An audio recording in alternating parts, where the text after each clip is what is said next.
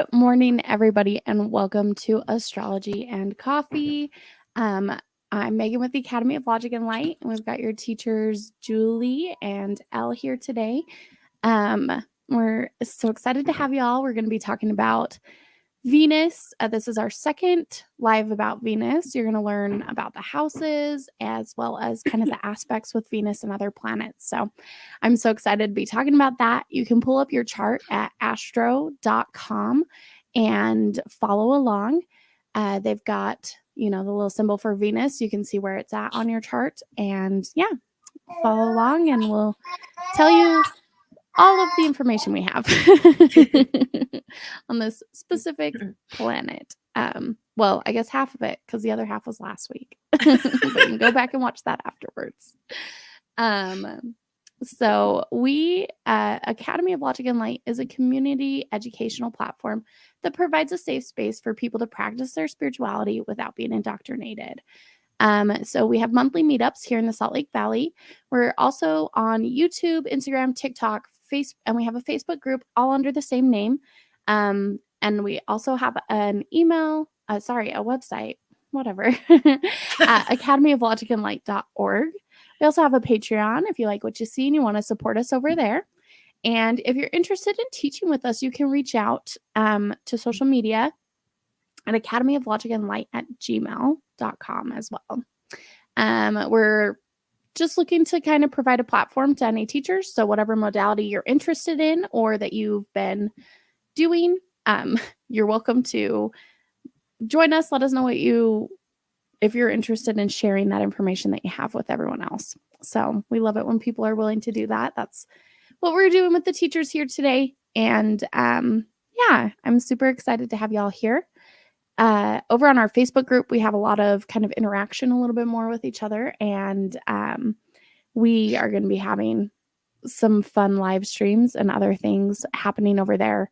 Maybe this week, maybe next week. We'll find out. But things are happening. So please join us over. It's Academy of Logic and Light is a Facebook group. Or you can follow our page there and it's all connected. Anyway, that's what I have to say about the Academy. We do our events every third Sunday, as well as we have a retreat coming up. We're going to be in Park City, Utah, staying in a pretty nice hotel. And we are also going to have 3 workshops. We're going to have astrology readings by Elle for everyone who's attending. We'll have some fun get to know yous and amazing food prepared by Julie, who, she used to professionally prepare food. She's written books about food. Like, she's amazing. So I'm so excited. It's worth it just for the food alone, but we're going to provide even more than just food. So the sign up link is down below. If you're interested in attending that retreat with us, come get to know us. And we have some really cool classes. I'm going to be teaching a class about intuition and psychic abilities and getting in touch with ourselves. So, and then, other classes that all kind of build off of that same vein. So anyway, I'm going to go ahead and turn the time over. I'm going to run a little intro and then turn the time over to our teachers today. I hope you all have a wonderful day.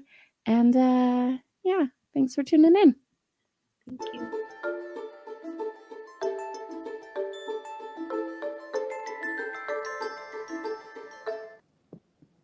Good morning. Hello. Good morning. I just gotta put it out there that my babysitter's a little behind. So if you hear a baby talking, screaming, she's fine. She's just playing in a little area. She has the remotes that she normally doesn't get, so she's pretty stoked right now. But that's cute. Yeah. It's been it's a morning. It's a weird, slow, sluggish morning. So I'm trying to figure out how I've been awake for 2 hours, and I'm like, I didn't do anything. The time just went by so fast. I didn't even get to put on my face, but I also didn't want to. I'm like, oh, this is weird. Mm-hmm. It's fine. Just roll with it. You're beautiful as you are. We'll just show up. We're here. Thanks. I was like, you could have put on some eyebrows at least. I know. That's the only thing I did. I was like, I don't want to look like a burn victim. I'm blonde. I'm super Yeah, blonde. that's fair. So, I mean, I don't mean that in any other way That's other than I'm blonde and it looks like I might have scorched my eyebrows. Or my I guess eyelashes. that's the one good thing about being a fake blonde on my end. I don't have to deal At with least you have color. blonde. Some. Well, we All had right. a fun weekend, but we just missed each other, and I'm so sad. I know. The Pagan, if you all made it to Pagan Pride in Ogden, it was super cute and so many great vendors there. I made so many connections. I met a shaman that's like local, which was so dope. It was so dope. And he was weird as hell and I loved it. Like everything about it was like vibey. So it was really cool. So if you made it, good for you. If you didn't, next year, it's a thing and it was really cool. So Yeah. I just went for like a little while towards the end, and I got a really good deal on a couple crystals. So I love that. Yeah. Bargain at the end. That's where it's at. yeah, she was like 3 for $25, and I was like, oh, sold. It was like 1 for 13. So Yeah. why Just trying to not? get rid of those. That's awesome. Yeah. What was I gonna say? Oh, I was gonna say tonight we're doing our very first astral projection Zoom. Not exactly a class on how to astral project, but it is a class on like protecting yourself and creating portals. So no matter where you're at on your astral projection journey, even if you've never astral projected before, it's a good place to like go and start building up some like tools for when you are. I love that. What time is that?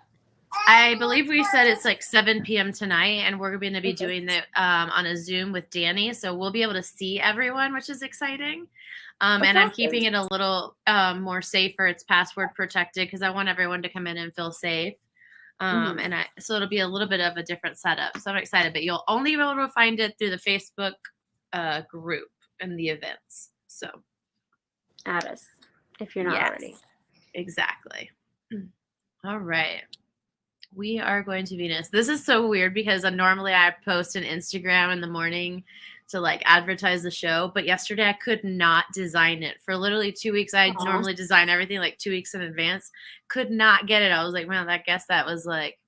Wasn't meant to be. It wasn't meant to be. I was like, don't push it. Don't force it. It's fine. We'll get the information we need. If you guys are watching, tell us your names and where you're watching from because we can't see and we'd love to find out where everyone's watching from. And also don't forget to pull your charts from astro.com. And then our questions, you can post them now, but we'll get to them towards the end. And if you have questions on the house, we've gone over this, but if you're new, when you look at the circle, your chart, there's the little pie pieces, that is the house. So when I'm talking about the houses, look for your Venus and look for the house that it's in. And that's when I'm talking about that house, that's specifically for you. So yes, if that helps clear up any confusion. The aspects are the part here on the side. Yeah. All right, cool. Hi, Stacy. Hi, Barb. Barb. All right, quick cheat sheet again. The planet is what type of energy, and essence. The sign is the how. How do you use the energy? The house is the where. What areas of your life does this show up? And then your aspects are the blue and the red lines. And the blue lines are easier, and the red lines are a little bit more challenging. All right, take it away. Venus in the first house. So last week we discussed Venus through the signs, and you have your Venus in a certain sign, but it's also in a house, which is, you know, all the planets. But Venus in the first house is just a good placement for someone who is very beautiful. Like first house is self. This person really takes care of themselves. Venus is all about beauty and an aesthetic. Sorry. She's going to tell you what it's about too.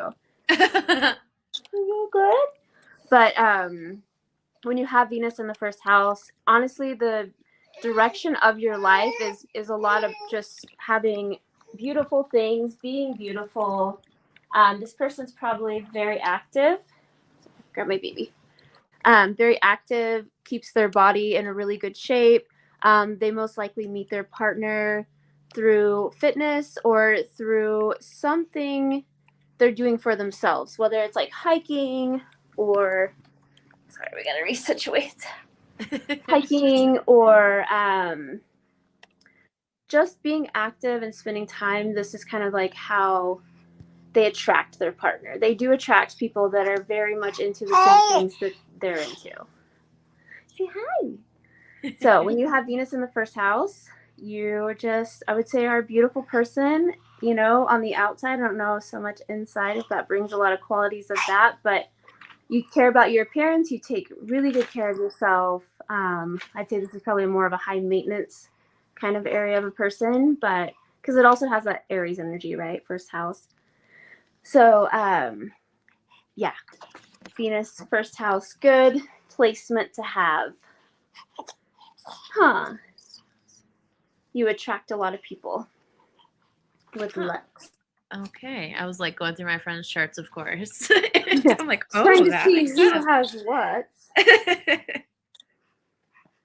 So Venus in the second house. So Venus rules the second house. So this is a great place for it. When you have your Venus in a house that it's ruled, it's like magnified. So this person attracts a lot of money, a lot of like beautiful things through finances. They can be also, you know, very beautiful. Not as focused on their self-appearance as much as the first house. The second house is more about being comfortable and being practical. So this person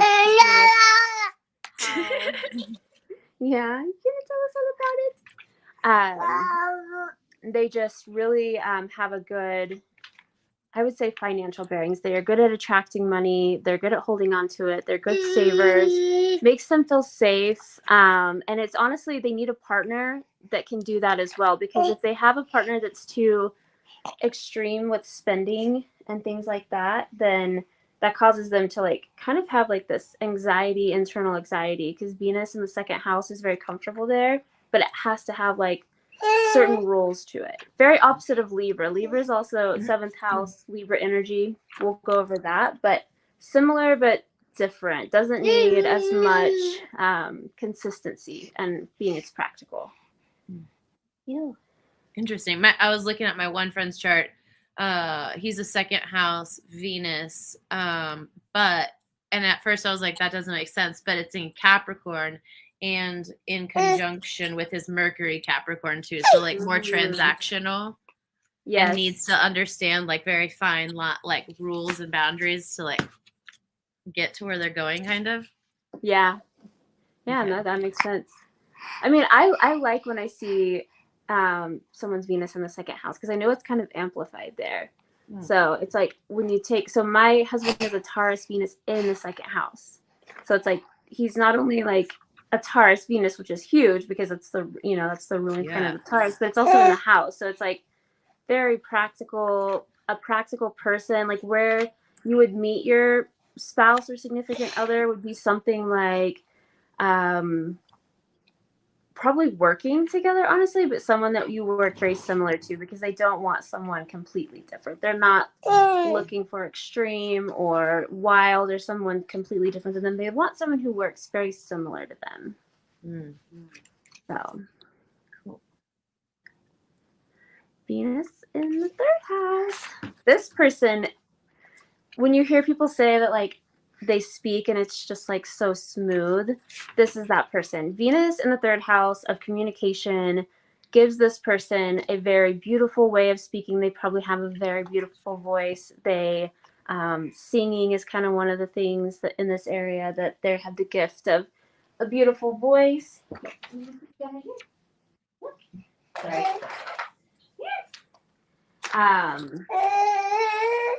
Something with communication for work, meeting someone through like public speaking.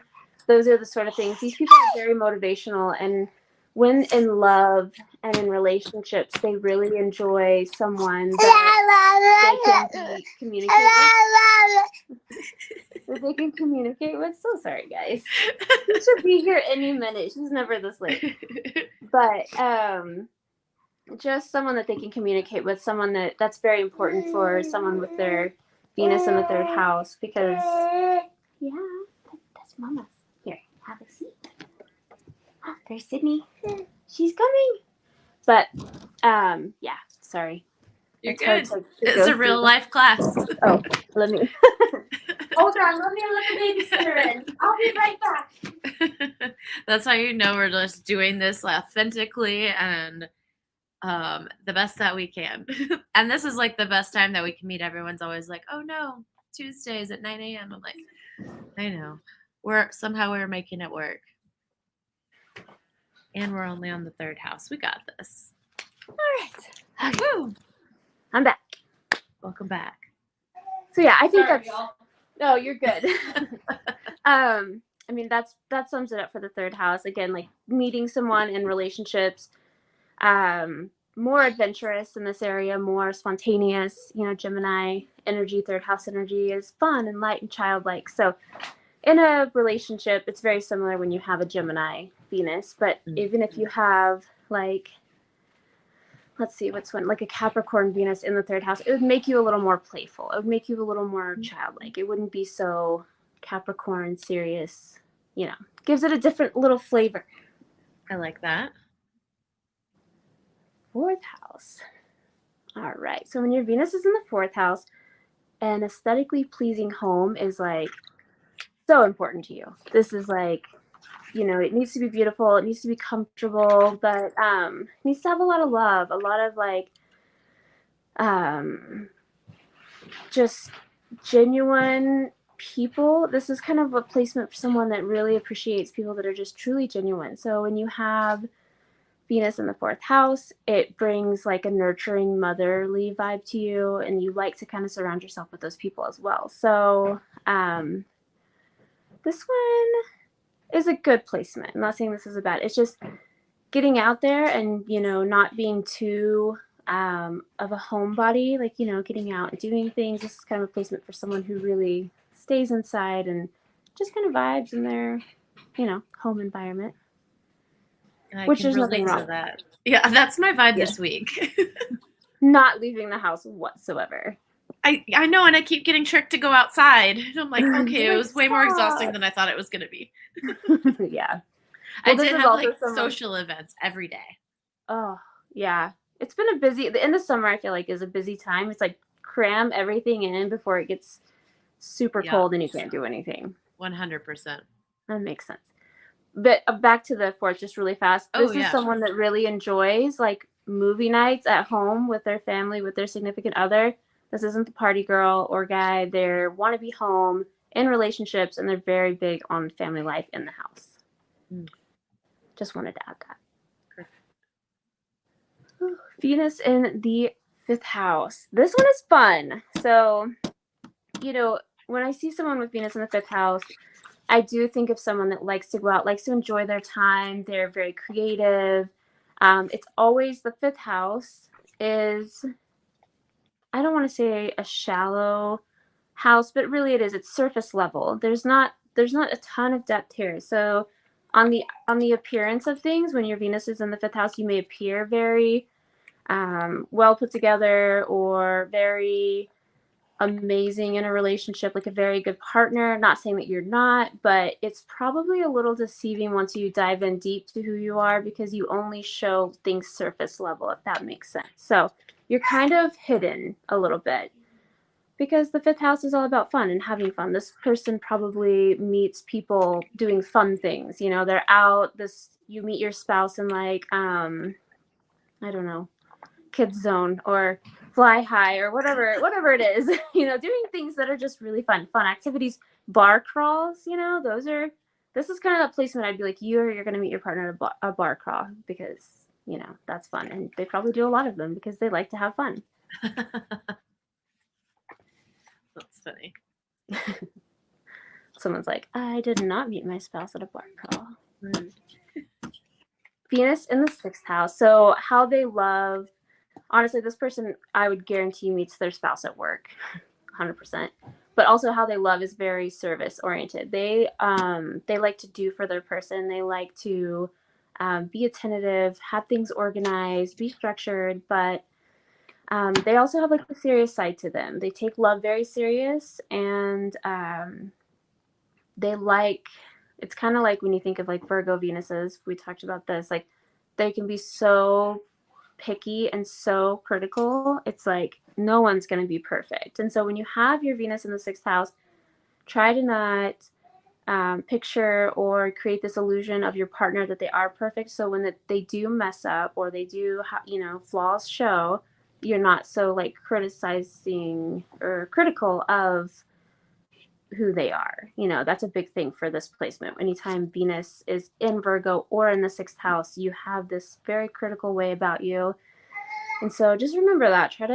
Try to be open and let people have their flaws. And you most likely, I always think of 6th house Virgo energy as like nurses and doctors and the people that do all the medical things, because medical's very serious and it's very organized and structured. I think, I don't know, I've never been in the industry, but I'm assuming in my mind it's very Virgo 6th house energy. So I always just think of them meeting their spouse at work, in a doctor's office or a hospital, things like that. So and the houses are kind of the direction of life where Venus kind of goes. That's why I keep talking about how you meet your spouse, because this is kind of where it lies, and it's also what you're attracted to. So a lot of times if you have certain houses like 6th house, you may be attracted to someone who's more organized, more structured. Even though your Venus may be in something crazy like Sagittarius, you may be attracted to someone who really has their shit together because you have a 6th house placement. So can confirm.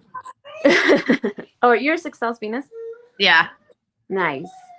Are you very particular? I am, and I'm attracted to guys who have OCD. You're like, oh, you stubbed your toes 3 times today? Let's go on a date. Yeah, it's hot. Like, they got things in order.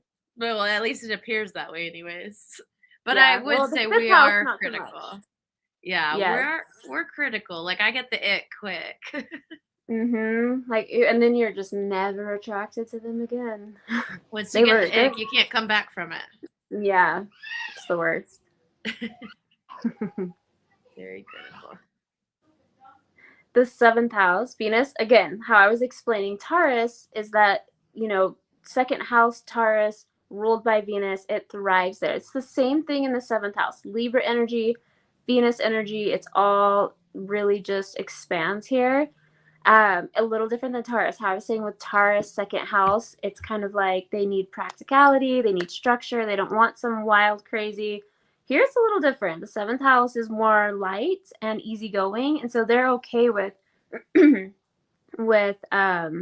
having someone that changes on them a little bit or shifts, or they can handle like a Gemini or a Sagittarius energy because they're always shifting and changing. And 7th house Venuses can handle that. They can handle things being a little chaotic or whatever. I mean, 7th house is about peace and love and partnership.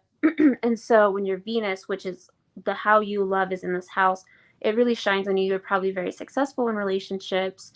You're probably good at picking partners. You do like things to look beautiful. This is like an area of, when I say like the 1st house is more about self and like how self looks, because your Venus is in the 1st house. When your Venus is in the 7th house, you not only care about your appearance, but you care about your partner's appearance. You care about your children's appearance. You care about everyone you surround yourselves' appearance, because that's really important to you. I think it's kind of shallow, but I'm also a Libra, so I can say that.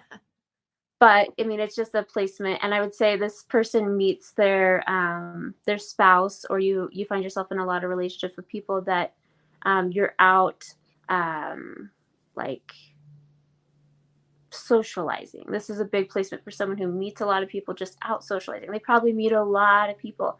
When you're in a relationship and you have Venus in the 7th house, you almost have to have a very understanding partner, because by nature you're naturally flirty and you're naturally you like to make connections with people, and not everyone can handle that. So it's very important for your partner to understand you and know that where you may not cheat or step out on them, you do enjoy connecting with other people, and that's part of like kind of like your love language. So or an art gallery, you might meet your loved ones at art galleries. I think that would be a fantastic place to find a partner. Yeah, no, I this is kind of the placement, because they like the finer things. That Libra 7th house energy with beautiful Venus, vibes. They They definitely aren't like mosh pitting it at Metallica or things like that. This is not that placement. Oh my gosh. Okay. I just saw my one friend's chart and she just moved in with her boyfriend, 7th house Venus in Sagittarius. But like the whole, as soon as they moved in, she had already designed the house before she even started moving things in, like had Pinterest boards of the aesthetics of the whole thing. She's like, here's how we're going to change your entire house. It's going to look Yeah, and great. it looks Don't worry. fantastic. It Oh, looks I love so that. good. I love that. Hopefully he was on board with that and not like some that are like, Oh yeah. Yeah, he Good. definitely got to say. I want to do his chart too because I'd love to see where they're yeah, at. no, it's always good to see how dynamics. people interact. Yeah. Yeah. I love that. Venus in the 8th house. So this person is very in relationships, this person's sex would be very important. Transforming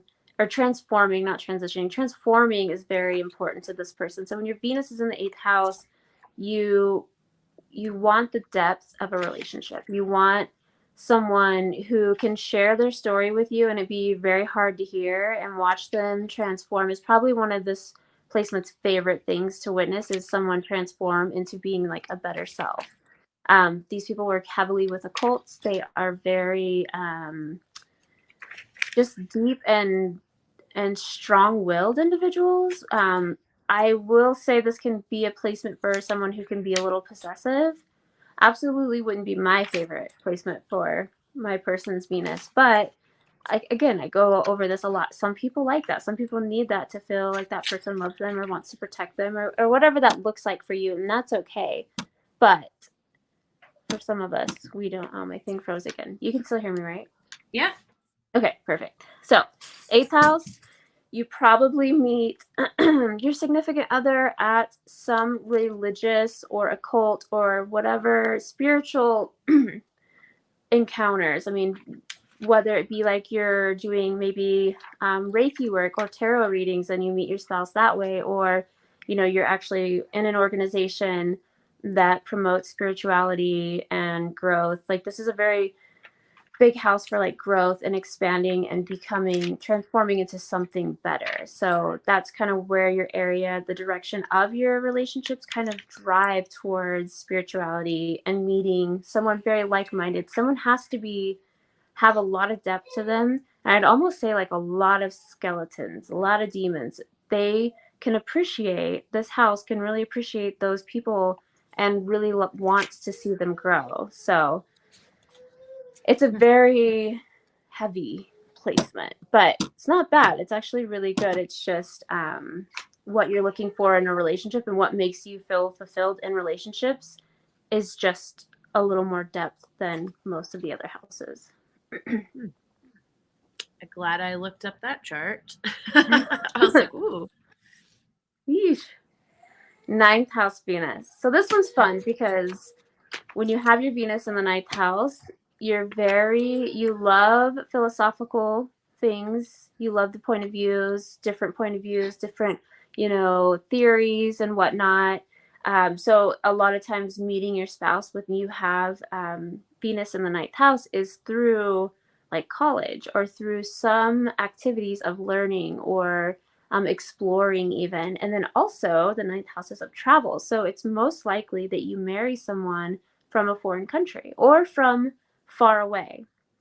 I can speak on this because I have my Venus in the 9th house, and I've dated more like far away people, and I think at one point I preferred it that way because it was like I had my space. Yeah, and so I really enjoyed that. So this energy is just, your Venus is, again, it's kind of like that 1st house and the 5th house. It's active. It's fire energy. So the 9th house is, Sagittarius. So it has like a little bit of fire.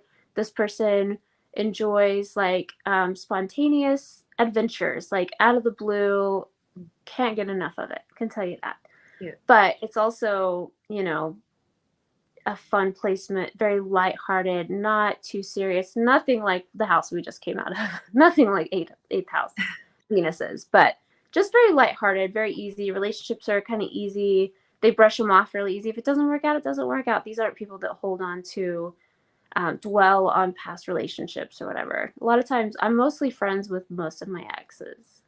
I mean, I have a lot of things in my chart that I'm just like, I don't hold grudges like that. But so yeah, good placement, easy, lighthearted. What's that? Venus in the 10th house. This one is like, okay, you for sure meet your partner in your career. That is like hands down where Venus thrives. One of the things here, though, is to make sure that you don't turn your love affairs into work projects, because that can be a problem. No one wants to feel like they're dating someone for, a benefit of something else. They just want them to know that they love them, not because they are going to help them get somewhere or their public role is more appealing. Like, you think of people that date people for fame, like they just want to date them. And this, I know that you hear a lot of like actors, actresses, singers, whatever, they have a problem figuring out who's real and who's fake. And this is kind of a placement that it's hard. It's not more of a superficial, like they just want the fame. It's just they see a benefit in dating someone that can get them recognized, because that 10th house loves a good public role. So turning relationships into something you can benefit from versus like actually feeling is something I would give advice here, and just try to make sure that you're not dating for the wrong reasons. Date for love. I know 10th house Capricorn energy, they're not really into the whole feels and all the things, but this placement can teach you a lot of things too about relationships and about yourself. They do learn a lot about themselves through relationships. So, but they're also organized and a great provider. Again, that earth energy, this is kind of where they show up. They probably have the house, all the bills are paid, everyone's taken care of, and everyone's thriving. I need a 10th house Capricorn. Yes, I agree. I think that's good for you. Because your Venus is in what? My Venus is also in Capricorn. Okay. Yeah. So. A Virgo 10th house might be, because Virgos and their OCD are dream guy for you. Yeah. So someone that I am seeing, Virgo Venus in the 8th house. Okay. Yeah. Probably loves to talk about the deep and heavy things. I won't say life. Possibly. Just in case he's made it this far. He's like, honestly, if someone trusts you, if their Venus is in the 8th house and they trust you with their secrets, like you take that to the grave. Because if you spill or any little indication, you'll never hear another secret of theirs for this life and next. Wow. Holds a grudge. Oh yeah. Their secrecy is like part of who they are. I mean, that's Scorpio 8th house energy secrets. A little different than 12th house. We're going to go into 12th house, but it's not as heavy, but they will tell you things. They just expect you to hold on to them and not tell anyone, which is fair. I'm a Mercury Aquarius. I need to speak about it. I got to tell somebody, just journal it, write it down and hide it. All right. Mercury. It's because you said Mercury. It was like, Mercury. I was like, wait, we're not doing Mercury anymore. Venus. Thank God Mercury's over. We all know how that went down. Venus in the 11th house. This person loves friends, has a really good group of friends. You probably end up dating your friends. I mean, friendships turn romantic, very independent. This person, it's hard for them to really commit unless they feel free. This is one of those signs that needs to feel independent, needs to know that they can do things on their own. Their partner's not gonna freak out on them. They have their friends, and that's important to them. And a lot of times you get in relationships and they may not love all your friends. So it's important for this person to have someone that at least maybe doesn't love all their friends, but at least can get along with them and make their interactions smooth and tasteful, because that's important to them. Projects with community are also important for these people. When your Venus, is in a place of like action and kind of like rebellion, but also like for the greater cause. It's not always rebellious like you think, breaking the law or whatever. It's just rebelling against whatever like injustice too. If you think about it, like people that are in other countries that aren't eating, like they really they push for changing and making a difference there. And this is that kind of energy. When you have your Venus here, you love to help and create like communities and help them thrive. It's fairly important to you. So probably meet a spouse either through friends or through different projects that you're doing that are related to community, because that's what 11th house energy is. I'm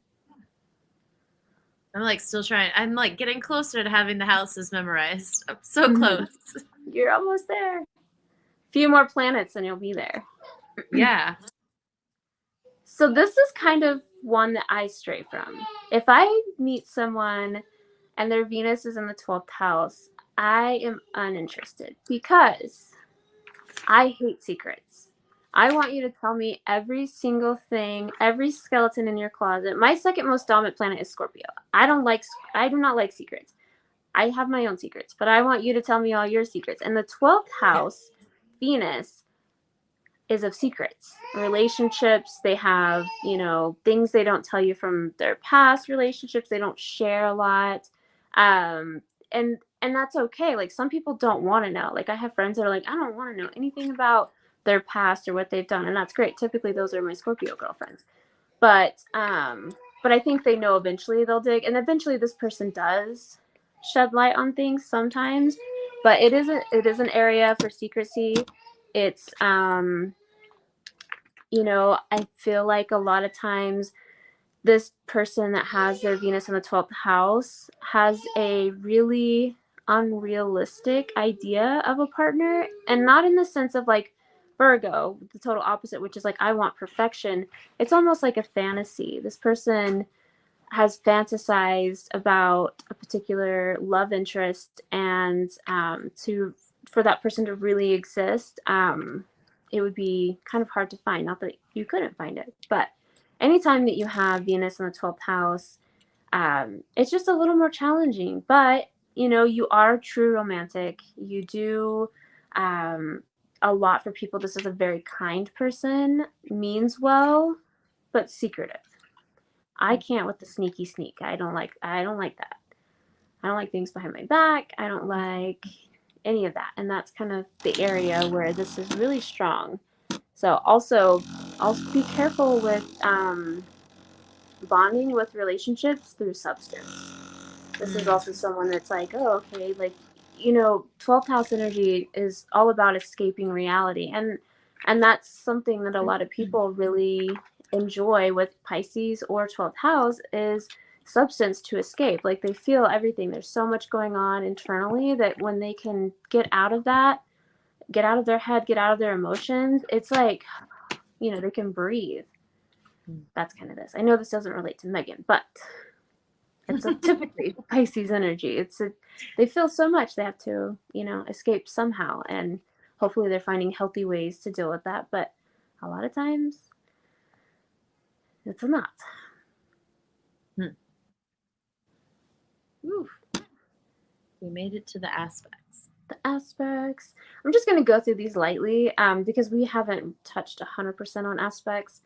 But Venus and Mars, when you have your Venus, your love, how you are attracted to things, and how you love with Mars, how you take action and passion, they go hand in hand.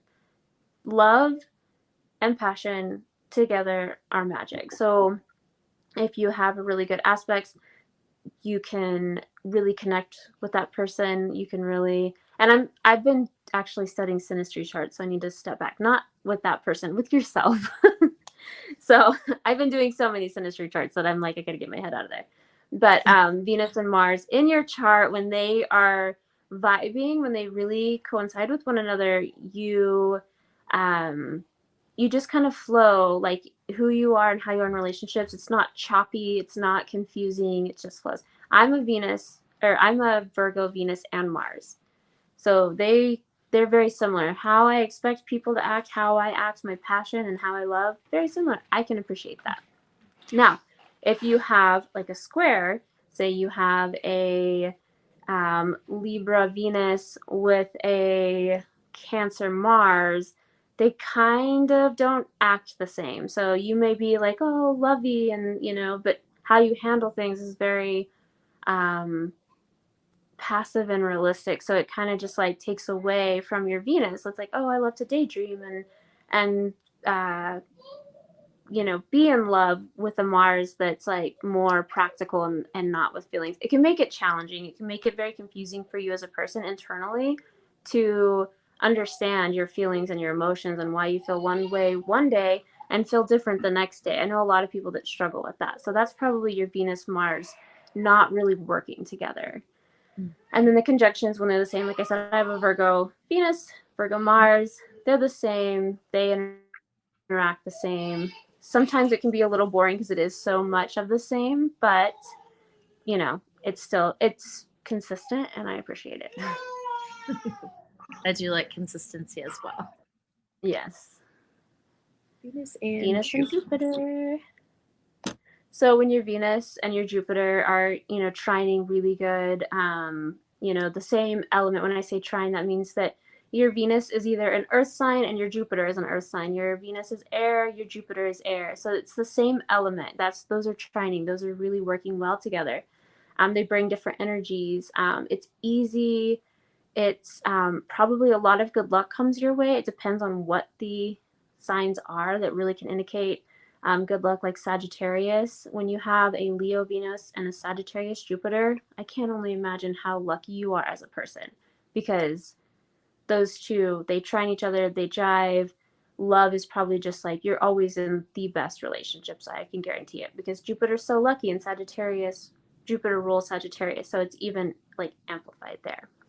So just keep in mind that all it does depend on your actual sign, but when they get along, you can get luck brought to you easier. Whereas if it's squares, it can bring, not such good luck. You probably unhappy in relationships, or you pick the wrong partners, or you're like, you meet so many people that are like, oh, my picker's broken. It's like, no, your Venus probably squares your Jupiter, but your thing could be broken too. So it's just harder to find, the right person. And then another thing we have in the notes here, possible weight problem. This is because Venus energy can be indulgent. And when you have Jupiter in a place that's heavy or doesn't flow, a lot of times you eat for comfort and indulge in certain, it doesn't have to be food, it really could be anything, but their Venus energy can be kind of lazy too. So when this doesn't really jive, it's almost like it causes, can cause, some sort of blockage for motivation and eating out of emotions versus hunger. So this is just something to look out for. I'm not saying if you have a Venus squaring your Jupiter that you're going to be overweight. Obviously, that depends on a lot of factors in your chart, but it is something to look at and notice and try to make sure that you're not falling into that. And then if they're the same, the conjunction, Balance, absolutely. Conjunctions, these are, they enjoy popularity and reputation. That is very true. Venus is a show off. It's love, it's beauty. It likes to be seen, and Jupiter is kind of the same. Jupiter is the biggest planet, right? So it's like magnifying everything. So it just kind of brings a good flowing energy. It's very positive. So if you have a conjunction, your Venus and Jupiter, good for you. So mine is sextiled, I think. That's good. That's just a smaller. So what is yours? Yours is Venus Capricorn and Jupiter Sagittarius. Nice. Yeah, Sagittarius Jupiter, I'm just going to say, is a very fortunate one to have. You may date a lot, but you are smart enough to get out of it. You're not one to stay victimized in a relationship, because Capricorn Venuses can stay in relationships longer than they should. My younger self did that. I was going to say, you've probably evolved through, because it can also, Jupiter's further out. It might take you a little long to progress and get to that point. Now you're not putting up with shit. No, I don't have time. I get the ick. I got the ick. It's done. It's got to go. I'd rather be alone. Yeah. But that took you a while to find that, because that's like something that Yes. we all evolve through. Hopefully Yeah. we evolve through. Venus and Saturn. So when you have good aspects, it's great partnerships, serious and faithful in love. That's very Saturn is kind of your planet that really keeps you grounded and keeps you structured and teaches you things. So when Venus and Saturn really get along, it's easy and it flows in a very constructive way. But when it doesn't flow, it's very easy to marry the wrong person. Like I said, I've been doing synastry charts, so I've been watching for people who their Venus and the other person's Saturn have squares or have difficult aspects. And, it really depends on the sign, but this is just something that you can work through with your partner or yourself. You can tell that I've been talking to people too. I'm like telling them about their partners. So, but if you have this in your chart, it's something that you really have to learn how to accept yourself and love yourself, because if you don't, then you are going to find the wrong partners. You're going to be, settle down with the wrong person and, possibly end up in divorce, or until you love yourself and figure that out and figure out that this is in you, that you have not an imbalance, but you have just something with how you love in relationships is not aligning with the lessons that you're holding for yourself. It can be very disappointing for you. So just try to love yourself first. If you have this in your chart where your Venus squares your Saturn, it's really important for you to love yourself first, because if not, you're going to end up in no good relationships. And the conjunctions, you're like, yeah. Yeah, my Venus is squared my Saturn. Oh, so you've gone through things, but you learn through all of them. You learn through all of them. So that's where when people are like, "Oh, it was so bad," it's like the obstacles are important, because that's how we learn and grow. Without them, we would be just these shells of humans that have no character, no, nothing. So it's important to have the good and the bad. And then when they conjunct their, strong sense of duty, they just kind of reading this because it might be easier than me like babbling, trying to explain it. But a strong sense of duty, and because when your Venus and your Saturn are aligned, they're the same. They have the same mission. So it's kind of like they're on a mission. Like Venus understands the mission, and Saturn is going to execute it. And together they flow. So good for you if you have those in conjunction. Venus and Uranus, romantic, artistic, imaginative. I think of like dreamy couples or dreamy people that just love the idea of love. And they live in this like really happy place with that. And that's great. I love when I see that they trine. When they square, they're too, I would say, eccentric in their ways to really like understand, like, in this life, this is how society, and not that you should live how society, I'm not saying that at all, but it does make it easier when you have expectations on what you want out of a relationship, and that person can meet your expectations. Sometimes they're too far out there with their ideas of what they want. It's so eccentric that it's hard to find people that align with that. So this is just one of those placements that you can be weird and be crazy and have all these, things, but it's going to be challenging to find that person that meets your expectations, and maybe you wait for a long time. But just make sure that, maybe conforming a little isn't bad.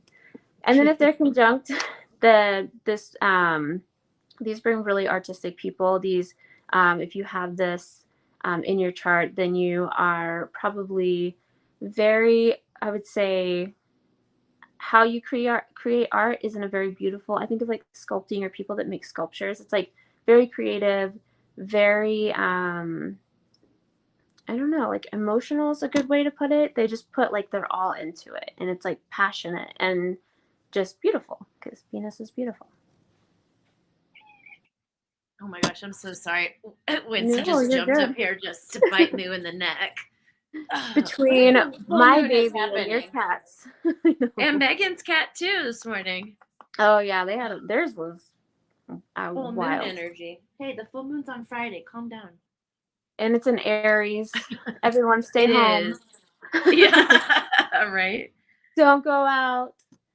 All right. Venus and Neptune, I'm just going to go through these. High creativity, artistic imagination, talent for acting, because these people are very theatrical, clairvoyant. That's always a really good one with this one, because Neptune really is an outer planet that really can capture a different spiritual realm, which is really cool. When they are not as great of the aspects, this person can be naive, and they can also be very good at deceiving others. Hazy thinking, difficulty in concentrating, because the brain, Neptune and the brain power is very very strong. And when Venus is not working so well with that, how you feel and how you love in relationships, it can be you deceive a lot to get what you want. So just try to make sure that you're aware of that and working through that, because that's ultimately, no one wants to be deceiving others or manipulating others into making them be or want to do things for them under manipulation. So, and then if they're conjunction, this person can be very creative too. Neptune's a very creative area. It's more thinking and more brainwaves is the best way I could describe it. But they can be impulsive. But I mean, I always like when this is kind of one of my favorite conjunctions, because when they flow, when you have this in your chart and it really flows, you really, I don't know, you just have like this artistic ability and creativeness to you that's really beautiful. So I always appreciate that. I have the little green lines that go through. The green Are dotted they lines. Are those sextiles? I have to look. I have to be I think looking at it, so. because I see so many charts and I'm like, I feel like they have Yeah. different. Sometimes they're not always. I mean, red and blues obviously are always, but I just I'd have to see it. Okay, I'll send it to you. Send it over. Venus and Pluto. So passionate nature. These people, Pluto is very secretive, so it kind of goes in that 12th house. But when you have your Venus and your Pluto, I think you're really honest about things that you want and the things that you love. And even though it might be difficult, you acknowledge it and you can accept it. That's a really good aspect to have here, especially when Venus and Pluto align, because and then it also gives you financial ability, like a good financial ability, so that you can prepare. Pluto likes things to be a certain way, so when how you are and how you love and control things is very structured, which is great. I love that for people that have this placement or this aspect.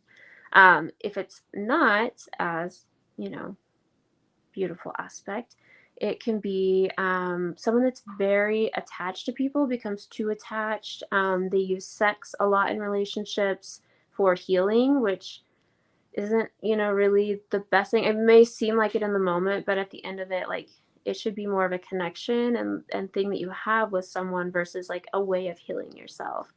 But this person can be very possessive in relationships. They can try to control people, and also they tend to keep secrets. So again, this is one of those things that I look at and I'm like, I don't know, how honest are you? And honestly, they're not as honest with themselves either, so they kind of deny a lot of things when it doesn't, the aspects are a little more challenging. And then the conjunction, this obviously really good to have. Falls in love and secrecy. That's kind of interesting, because that's a very Pluto Venus thing.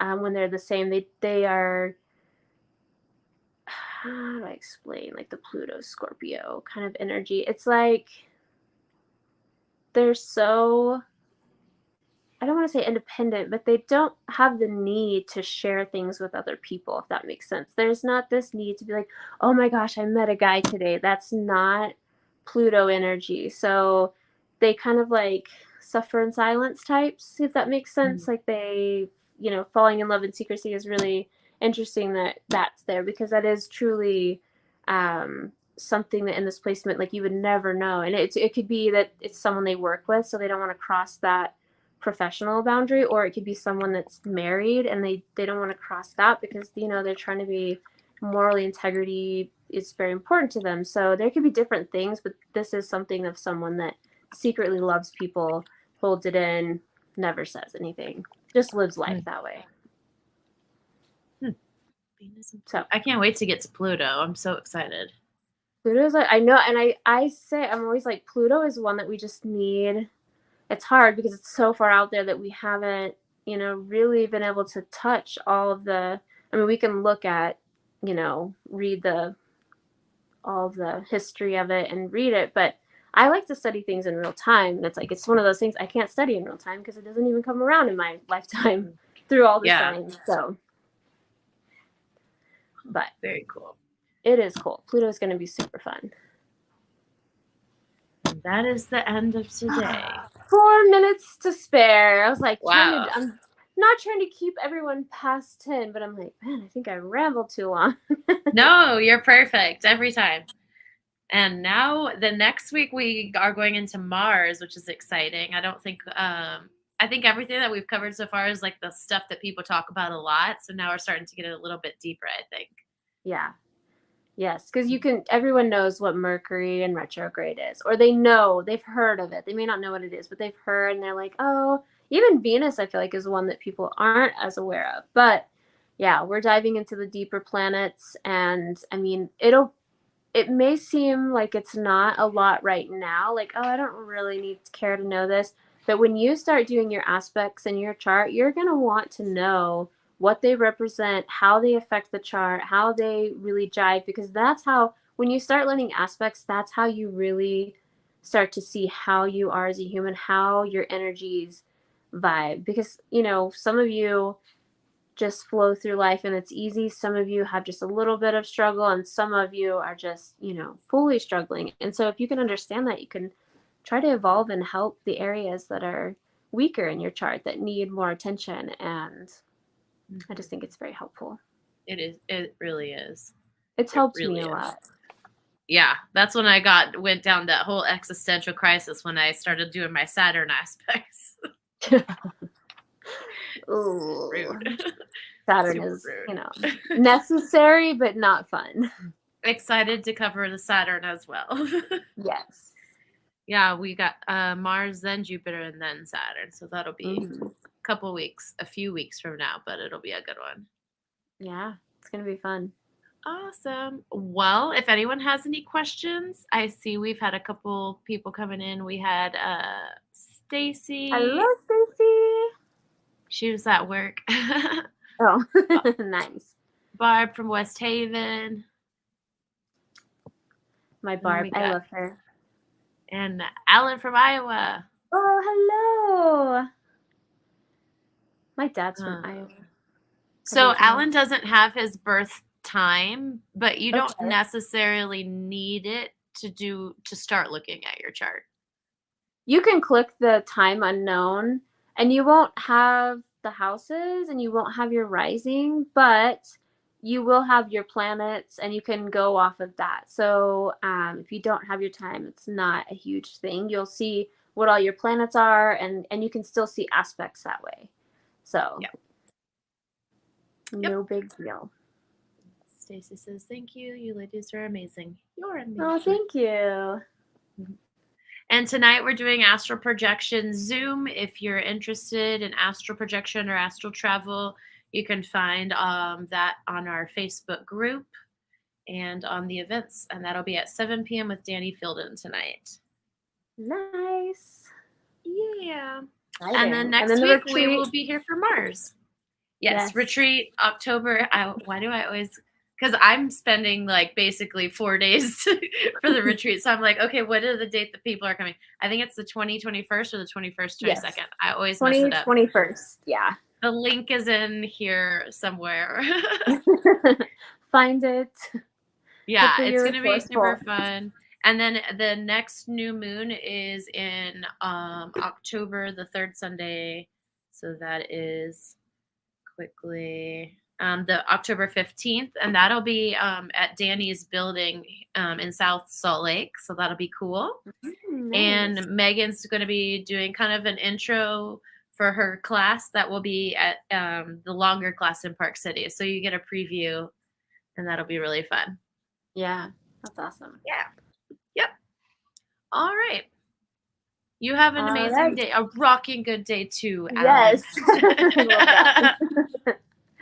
All right. Well, So- I will see you next Tuesday. See you next Tuesday.